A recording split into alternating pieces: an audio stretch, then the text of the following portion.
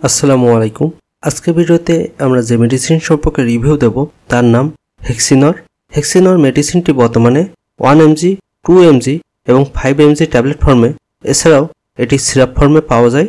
হেক্সিনর মেডিসিনটির generic নাম হচ্ছে ট্রাইহেক্সিফেনিডিল hydrochloride. এটি বিকন ফার্মাসিউটিক্যালস কোম্পানির একটি প্রোডাক্ট। আজকের ভিডিওতে হেক্সিনর মেডিসিন কী কী সমস্যার ক্ষেত্রে ডাক্তাররা প্রেসক্রাইব করতে পারে, এর খাওয়ার নিয়ম এবং পার্শ্ব প্রতিক্রিয়া খুবই সংক্ষিপ্ত এবং সহজ ভাষায় আলোচনা করার চেষ্টা করব। মেডিসিনটি অবশ্যই ডাক্তারের পরামর্শ নিয়ে খাবেন, কারণ রোগীর শারীরিক সমস্যা এবং অন্যান্য ওষুধের সাথে বিভিন্ন ওষুধের ক্রিয়া প্রতিক্রিয়া থাকতে পারে।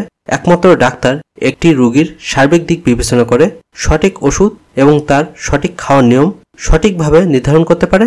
হেক্সিনর মেডিসিনটি মূলত মানসিক রোগ ঠিক করার একটি ওষুধ হিসেবে বিবেচনা করা হয়। এক্সট্রা পাইরামিডাল সিমটমসের সমস্যা এবং পার্কিনসনিজম সিমটমসের সমস্যার সমাধানে এটি ব্যবহার হয়। এটি সেন্ট্রাল নার্ভাস সিস্টেম ঠিক করার ক্ষেত্রেও ব্যবহার হয়।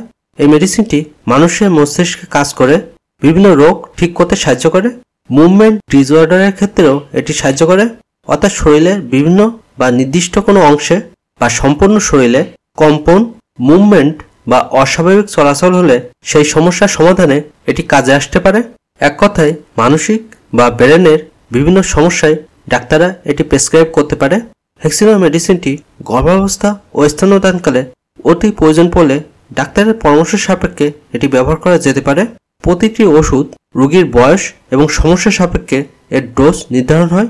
তবে প্রাথমিক মাত্রায় হেক্সিনর মেডিসিনটি প্রাপ্তবয়স্কদের ক্ষেত্রে ট্যাবলেট 1 থেকে 5 mg করে দৈনিক 2 থেকে 3 বার খাওয়া যায়, আর বাচ্চাদের ক্ষেত্রে সিরাপ নির্ধারণ করা হয়। প্রাথমিকভাবে এই ট্যাবলেটটি অল্প ডোজ দিয়ে শুরু করলেও প্রয়োজন ভেদে এর ডোজ বাড়ানো যায়, তবে সেটি অবশ্যই ডাক্তারের পরামর্শ সাপেক্ষে নির্ধারণ হবে। হেক্সিনর মেডিসিনটি খাওয়ার পরে খেতে হয়।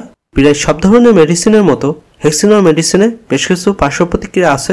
সব ধরনের পার্শ্ব প্রতিক্রিয়া সকল রোগীর ক্ষেত্রে দেখা দেয় না। এটি খাওয়ার পরে কিছু রোগীর ক্ষেত্রে মুখে শুষ্কতা, ঝাপসা দৃষ্টি তৈরি হতে পারে, মাথা ঘোরা, মৃদু বমি বমি ভাব, নার্ভাসনেস বা মানসিক বিভ্রান্তি, শরীরে মৃদু কম্পন বা অস্বাভাবিক আচরণ সহ আরও বিভিন্ন সমস্যা দেখা দিতে পারে। সবাই সুস্থ এবং ভালো থাকুন। আল্লাহ হাফেজ।